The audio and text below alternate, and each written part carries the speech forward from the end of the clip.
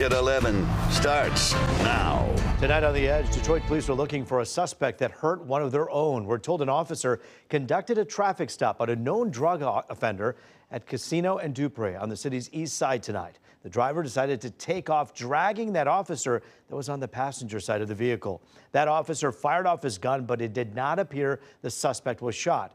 That person is still on the run at this hour. He was last seen driving a silver Impala. Also tonight, your morning commute could be just a little dicey. Rich Luderman here with a look at some fresh snow that's coming. We're going to get a little bit tomorrow morning, but as you know, Roop, it doesn't take a lot when the temperatures are cold to make for some slick spots. So we're going to show you our next system. There it is, crossing Wisconsin right now, approaching Lake Michigan. I'm going to walk in from this side, and we're dry for the time being, but by 3, 4, 5 o'clock in the morning, some of this is going to arrive, and we will have some snow showers Thursday morning, perhaps as much as an inch in spots. Right now, it's quiet, it's cold. Boy, the sunshine was nice today. How about some live pictures from Sault Ste. Marie? It looks very cold up there. 23 degrees with some light snow and a breeze. Not much going on at the locks. How about today? 26 with the sun. We started off today 8 degrees, so single digits, cold morning for sure. A lot of us are in the mid-teens right now, and these numbers may drop 1 or 2, but with thickening clouds and a southerly breeze, we're not going to be as cold tonight as what we were last night. There's that flow from the south and southwest. Still, some wind chills down close to 0 right now. Look at 15 in Grand Rapids, 18 Fort Wayne, Pellston 24. Remember, the lakes are mostly unfrozen, so the lakes tend to keep lake locations a little warmer this time of year. 18 Chicago, 16 down to our south in Columbus. There's our week system for tomorrow morning. It's gone by tomorrow afternoon. Now, Friday is a quiet day for us. We will likely be in the middle 30s. Then here comes our next frontal boundary. That'll bring a round of light snow Saturday morning. Then behind this front, it turns sharply colder starting Sunday. For the rest of tonight, down to 12. There'll be a little light snow before sunrise. Tomorrow, morning snow likely. It's going to be light in about an inch in spots. And then notice in the 7-day forecast, another round of light snow Saturday morning. Then it gets a lot colder. Sunday 18, MLK Monday 10 degrees. Look at some of those nighttime lows down below 0. Remember, always get the latest forecast. Check it out on the Fox 2 Weather app. You can download it for free in the App Store or in Google Play.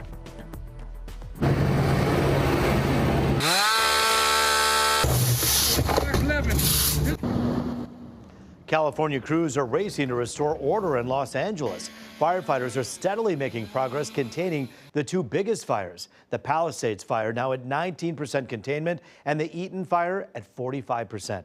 Curfews are in effect for those fire zones. At least 25 people are dead in LA County and more than 82,000 are being told to get out. This comes as rescuers sift through rubble, trying their best to return any valuables to neighbors. We're making progress, but extreme hazards and the potential for fire growth still does exist. This is the best place in LA, and then suddenly this. Yesterday I got sick. I was so painful. I started throwing up. I was hurt. I mean, we worked so hard. FEMA programs now allow displaced people to stay in a network of hotels until they find short or long-term housing. The National Weather Service is expecting a drop in dangerous fire conditions to close this week, but those could pop up again next week. What the hell is going on? You know, like now we got an ice wall here. You know, if anybody likes to climb. What started as a typical cold snap in Detroit quickly turns into a chilling challenge for one local building caretaker. 2 pipes burst inside the building on the corner of Beaufait and Sylvester. Not only was there flooding on the inside, it also created a massive ice wall outside.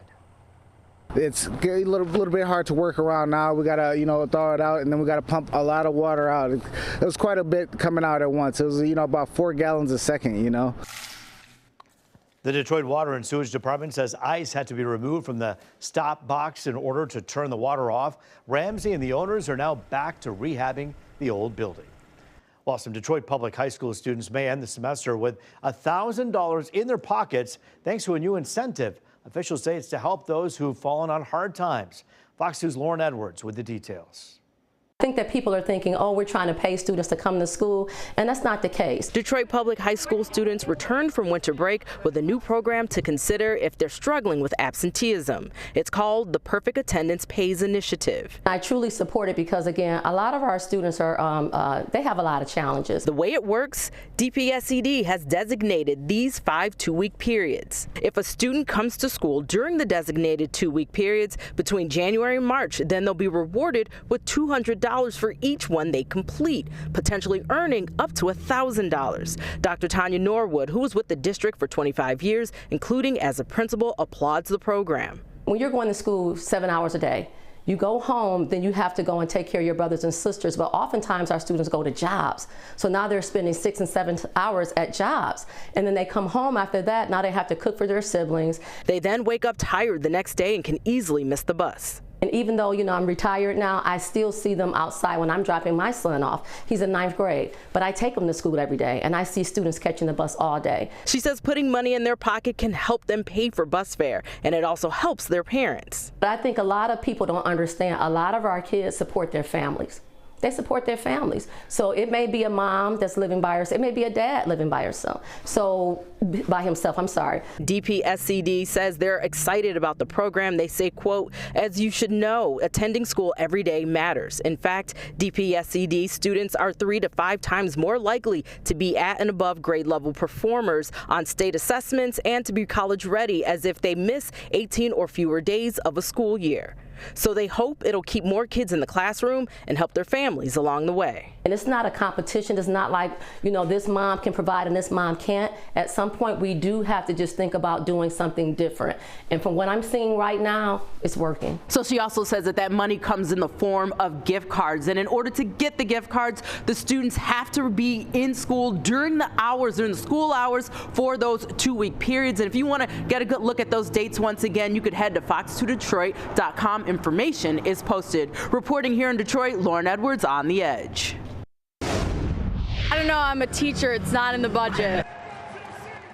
This Saturday's Lions game is a divisional playoff matchup, but yet, according to an ESPN reporter, it is the most expensive NFL football ticket next to the Super Bowl. The cheapest seats are on sale for just under $500. The average seat to the game is nearly $1,000. If you're looking for tickets, the Better Business Bureau reminds you that if a price sounds way too good to be true, it probably is. Meantime, you can watch the game for free right here on Fox 2. The bathroom's nearby. You got snacks in the kitchen. It's perfect. Our Lions pregame show starts at 6:30. Well, it's one of the most popular social media apps in the world, but in a few days, TikTok could be banned in the U.S. What will happen to users' content? And is there a chance President-elect Trump could save the app? Fox 2's Dave Kinchin has the latest on the story that so many are following so closely. It would definitely suck because, in my opinion, TikTok's the best. As the clock counts down to a possible TikTok ban here in the United States, experts are chiming in with what users of the social media platform should know. It's not going to disappear from your phone immediately or anything like that. What's likely to happen is over time, certainly you'll see the performance degrade of the application. Several TikTok users have opted for VPNs for added security. Ironically, the place where we most often recommend VPNs are in countries like Iran or China, where the internet is censored, and you need the VPN to essentially work around the government censorship. But even if you use a VPN to hide your location, some of the performance issues, I think, might still be there.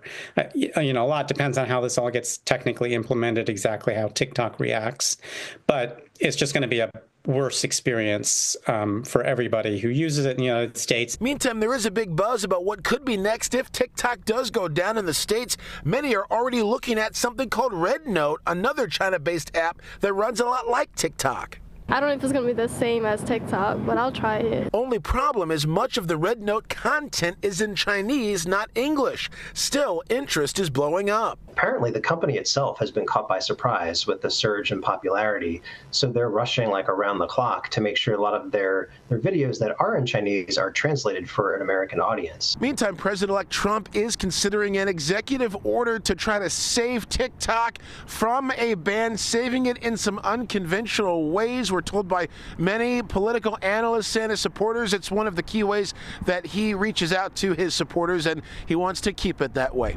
We're in downtown Detroit. Dave Kinchin on The Edge.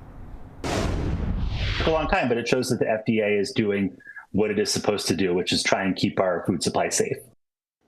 The FDA is banning the use of red dye number 3 in food, beverages, and ingested drugs. The synthetic dye made from petroleum is currently used in thousands of foods to give them a bright red color. The ban comes more than 3 decades after scientists linked the dye to cancer in animals. Some advocacy groups also believe the dye can impact a child's behavior. Food manufacturers have until January 2027 to reformulate their products. For drug makers, the deadline is a year later. The requirements also apply to foods imported into the U.S. And a surprise announcement today from the FDA involving tobacco. The agency is trying out a new tactic to make cigarettes less addictive. The proposed rule would force tobacco companies to lower nicotine levels in not only cigarettes, but also cigars and loose tobacco. The amount would be low enough to potentially prevent addiction. The FDA says the rule aims to prevent underage smoking and redirect adult smokers to lower risk alternatives. Well, 15 months after the Israel-Hamas war broke out, the U.S. and Qatar have announced a ceasefire deal. The deal will go into effect on Sunday, pausing the war and clearing the way for dozens of hostages to finally go home. President Biden says the agreement is nearly identical to the one proposed back in May. Late tonight, Israeli Prime Minister Benjamin Netanyahu said the ceasefire agreement is still not complete and final details are still being worked out. Today begins a responsibility for both sides, who will be supported by the international community and the mediators in order to achieve complete success. A third of the 100 hostages still held in Gaza are believed to be dead. The war has killed more than 46,000 Palestinians in Gaza.